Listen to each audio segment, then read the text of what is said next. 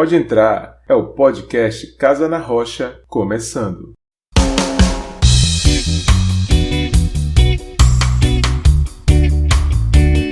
Eu sou o Fábio Souza e nessa obra eu sou um pedreiro.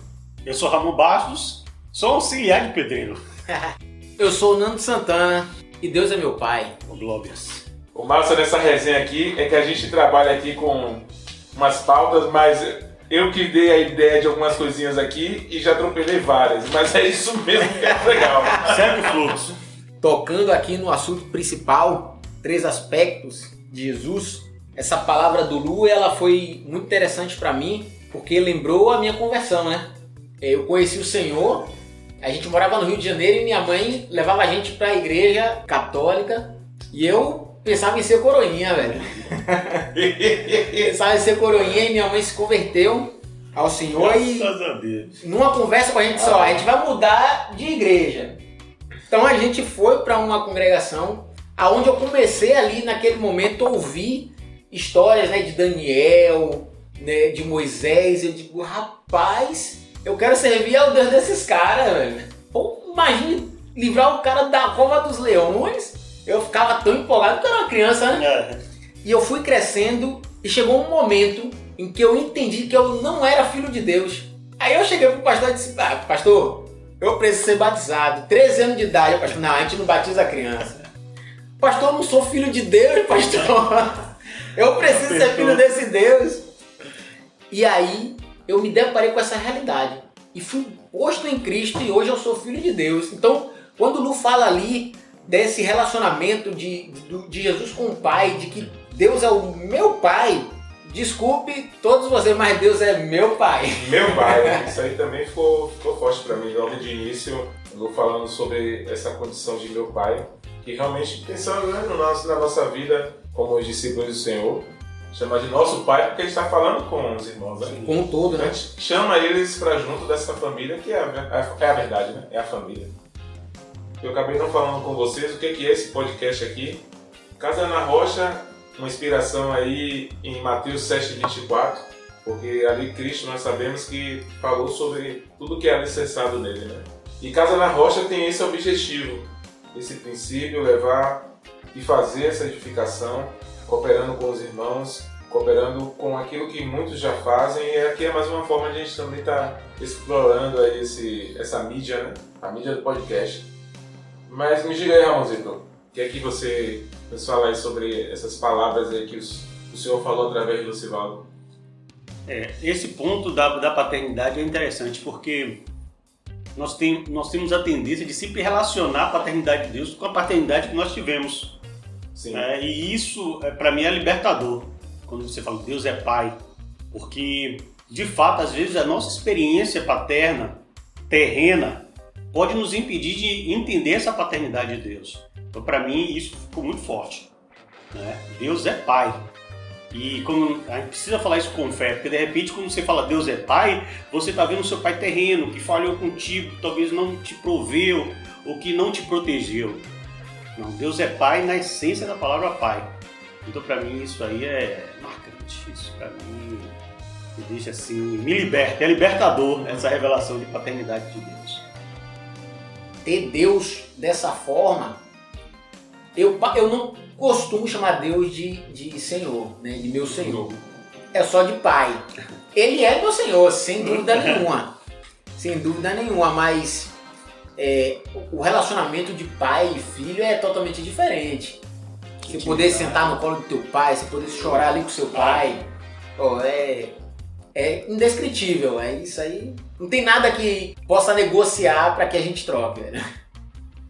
Aqui, como a gente está em bate-papo, irmãos, então a gente está seguindo a pauta aqui muito daquilo que falou no nosso coração. Eu até incentivo vocês a estar entrando em contato com a gente depois de ouvir essa palavra lá no quadro. Para quem tem ouvidos, é nele que vocês encontram aí todo tipo de palavra relacionada a ensino, a doutrina. E gostaríamos de ouvir vocês, ouvir a opinião de vocês. Vamos estar aí fazendo divulgações, colocando aí o e-mail que vocês podem entrar em contato. Aqueles que têm os nossos números, né? Podem estar entrando em contato, dando seu feedback. Mas legal seria que vocês gravassem um áudio um áudio curto. Isso. Aí fica a ideia aqui que eu estou lançando aqui para os meus companheiros aqui em Cristo, de vocês estarem gravando um áudio e mandando para a gente o e-mail casanarrochapodcast@gmail.com. Depois a gente vai melhorar tudo isso aí. Estamos nos familiarizando com esses podcasts da vida. Mas assim, algo que me chamou a atenção, que ficou mais no meu coração, e aí eu vou trazer para vocês logo de antemão, que é Jesus como obreiro. Eu fiz anotações, ouvi, reouvi, e quero ter até a oportunidade de estar conversando com o Lu sobre essa palavra que o Senhor deu a ele. E ficou forte para mim a condição da aplicação do princípio relacionado a ensinar e aplicar. Perfeito. Esses 2 pontos. E também o que alguns vão logo aplicando, né? Já chega querendo, você é discípulo, então entenda. Toma. É assim. Receba. E por outro lado, os outros aí eu até me vi mais e quer explicar demais, achando que é assim e esquecer que precisa também fazer A ideia é achar o equilíbrio, né? o equilíbrio, né? Me lembro que não tem nada a ver com esse assunto, mas o que Mário fala sobre que tipo de discipulado você tem. Ensino da palavra ou parque de diversões? E que ele fala, ó, tem que mediar aí, né? Mas Jesus como obreiro, ou modelo, né? De obreiro, para mim ficou muito forte essa condição de como Jesus fez, como Jesus fazia com os seus discípulos, como era a condição dele de aplicar o reino. O Sivaldo traz textos mostrando ali Jesus explicando o princípio e depois Jesus aplicando o princípio. E isso é muito delicioso de a gente parar e ver para imitar. E ele fala que na obra nós temos que estar buscando ver como Cristo fez, porque senão a gente vai fazer do nosso jeito. E não vai ter os frutos E não também, vai ter né? os frutos. E às vezes a gente fica se perguntando por que os frutos não são iguais. E de repente a gente está fazendo de forma diferente. Apesar de ter ouvido da mesma forma, mas está aplicando de forma diferente. E não tem como, essa matemática aí não funciona, né? Então fica a dica pra gente, né? Se nós queremos ter o resultado que Cristo teve, temos que fazer como ele fez, né? Ensinar e aplicar. E isso é forte, isso é profundo, porque nos faz pensar bem na obra do Senhor, né? Não é por qualquer coisa que se faz isso. Pensar em Jesus obreiro, pensar que Jesus ele foi aos seus discípulos para transmitir a vontade de Deus e mostrar como viver essa vontade. Eu preciso me tornar esse líder. Eu preciso me tornar esse discipulador que Jesus foi. Amém. Amém. Seguindo exatamente isso aí. Eu gosto muito de fazer essa viagem, né? Do Velho Testamento, que foi sombra daquilo que viria. E aí, como Moisés teve que fazer todo o tabernáculo da forma que o Senhor deu para ali, né? Quando ele esteve com o Senhor e o Senhor mostrou como ele queria o tabernáculo, assim também é na obra. Não tem como. Apesar até que Moisés tinha habilidade para dar um pitaco, porque ele estudou engenharia no Egito. Sim, né? Mas, mas você não vê nenhuma sugestão de Moisés. Ele fez conforme, tanto que os textos do Velho Testamento é interessante falar, faça conforme o modelo, né? O modelo de obra. Jesus ele fez, eu me lembro que tem até um episódio, não estou lembrado aqui o texto, de qual Jesus falou que ele não fazia nada se o Pai não... Isso inclusive é milagres, curas, tudo que ele fez foi dependendo do Pai. Isso me fez lembrar, Ramosito, algo que Lu também trouxe falando sobre o Espírito Santo. E nós precisamos estar trazendo para aqueles discípulos, né, os nossos discípulos, aqueles que cuidamos para o Senhor, sobre o Espírito Santo, o relacionamento com o Espírito Santo, a comunhão com o Espírito Santo. Marcos, se um dia porventura você ouvir esse podcast, saiba que eu gostaria muito que você trouxesse novamente algo que você trouxe há uns 10, 12 anos atrás, que é o que temos feito com o Espírito Santo. Perfeito. É muito bom, até hoje me marca isso, é o que me faz, por muitas vezes, buscar sondar em minha vida como está meu relacionamento com o Espírito Santo e tentar transmitir para aqueles que nós cuidamos, né? E realmente Jesus falou, né, que era necessário que ele fosse para que o Consolador pudesse vir. enviarei outro Consolador, né? O Espírito da Verdade, né? Guia, que consola, ele é santo, né? Então, ele convence. Esses são aspectos que Jesus fez aqui. Mas agora ele precisava enviar o outro Consolador. Então, novamente, eu estimulo aqueles que estiverem nos ouvindo aí a estar buscando aí o primeiro episódio, né? Puxinho, né? Vai ter esse aqui, o anterior, para quem tem ouvidos, os 3 aspectos de Jesus. Muito bom. Muito bom. E o Espírito Santo é que vai nos ajudar a dar esse equilíbrio da aplicação com o ensino. Se você não tiver o Espírito Santo para trazer esse equilíbrio, a gente pode tender para um dos dois. Você depender do Espírito Santo em tudo, não confiar somente na letra. Né? Não, já sei e tal, mas Jesus sempre dependia do Pai, dependeu na escolha do discípulo, em quem curar, em como fazer. Ele não fazia nada que o Pai não o orientasse a fazer. Então, como discípulo do Senhor, nós temos que ter sempre essa preocupação. É como o Senhor quer, é como o Pai quer. Essa palavra do Lu, ela desfez algo que estava em meu coração. Até poder falar aqui para vocês, né? Confessar para vocês. Olha aí, confissão no podcast. Porque quando o Lu fala sobre, vou usar esse termo, né?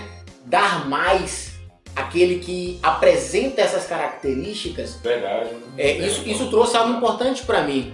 Porque às vezes a gente vê um irmão que não tá indo bem, não tá apresentando essas características, não tem apresentado fome e sede, da palavra. E aí a gente se preocupa logo e diz assim, não, eu vou atrás desse cara, eu tenho que ir atrás desse cara. E não é que a gente não tenha que ir, mas a gente acaba deixando aqueles que estão querendo mais, aqueles que nos buscam, não, pô, esse cara aí tá bem. Peraí, segura aí, que eu tenho que ir atrás daquele. É verdade. Pô, isso desfez algo em mim. Isso mudou minha mente. Eu tenho que dar pra esse cara que tá querendo. Uhum. Só, não tem teto pra você. Você quer mais? Então tome mais. E aquele que não tá bem, eu faço o quê? Eu explico a doutrina e aplico a doutrina. Não tenho que ter medo disso, porque no meu coração, particularmente, havia um medo. Digo, rapaz, aquele cara ele não tá bem. Aí se eu for aplicar a doutrina, o cara vai pro mundo. O cara vai pro mundo. Só que, é o medo de não, da injeção. E a gente esquece que não somos nós que seguramos o cara. Se Deus não convence ele, se ele não se arrepende de seu coração e entende a condição dele diante de Deus, nada vai adiantar. Pelo contrário, né? Eu só vou adiar esse negócio em vez de eu aplicar e poder salvar, porque às vezes a aplicação da doutrina, às vezes não, a aplicação da doutrina ela vai salvar a vida. Amém, eu creio. E salva, né? Eu lembro, companheiro, que Lu até traz, né, que nós não venhamos aplicar o princípio, ensinar e aplicar naqueles que estão bem, naqueles que são discípulos, né? Ele até aborda que quem congrega, onde nós congregamos, sabe que temos uma catequese aí que fala sobre os aspectos aí das características do discípulo de Jesus, mas ele fala assim, justamente que, olha, Jesus fez assim. Ele lembra que Pedro estava em todos os momentos, João, todos os momentos. Tiago estava colado. Só que André, que se a gente ler o início do Evangelho de 2 João, não é Pedro que vem falar sobre encontrei o Messias. Se eu não me engano, é André que vai para Pedro. Mas então qual foi a medida de Jesus ali, né? Porque André, a gente não vê a mesma participação, mas Lula traz algo interessante que ele fala assim, nós temos medo, esqueci agora a palavra que ele usa. Jesus selecionou? De selecionar. Não ter medo de selecionar, porque é uma coisa boa dentro do critério dado no Evangelho do Reino, né? É uma coisa boa de selecionar, porque Jesus selecionou os 12. Ele fala até assim, você acha que só tinha os 12 ali? Tinha outros discípulos também. Não. E você vê que não eram só 12, porque Jesus falava aos seus discípulos e de repente os seus discípulos se dispersam. Aí ele diz assim, e vocês? E vocês, né? Aí Pedrão, pra quem iremos nós? Se só tu tem a palavra de vida eterna. Não foi nem pra onde iremos, é pra quem iremos, né? Então a gente vê que não tinha só os 12 ali. Sim. Os discípulos de Jesus estavam ali. Não eram só 12. Né? E eles se dispersaram, mas aqueles homens ali ficaram, e foram homens que foram selecionados. Claro que dentro dos 12, a gente percebe que foram selecionados 3. Para muitos momentos ali. Para muitos momentos. Então, esse medo realmente a gente tem que perder, até mesmo porque a gente não tem como chamar todo mundo para perto. A gente precisa olhar aqueles que de alguma forma têm se destacado na busca pela palavra de Deus, por essa vontade de Deus, pelo propósito de Deus, né, por desenvolver isso e dar mais para esses caras Sim, com certeza. Se dar, né? Se dar mais por essas vidas. Essa palavra, se não me engano, está em João 6,60, capítulo 6, versículo 60, que é quando Jesus fala desse discurso, né, que mais uma vez aí Lu comenta sobre esse discurso, que Jesus não era duro. O discurso que era duro para aqueles que estavam ouvindo, né?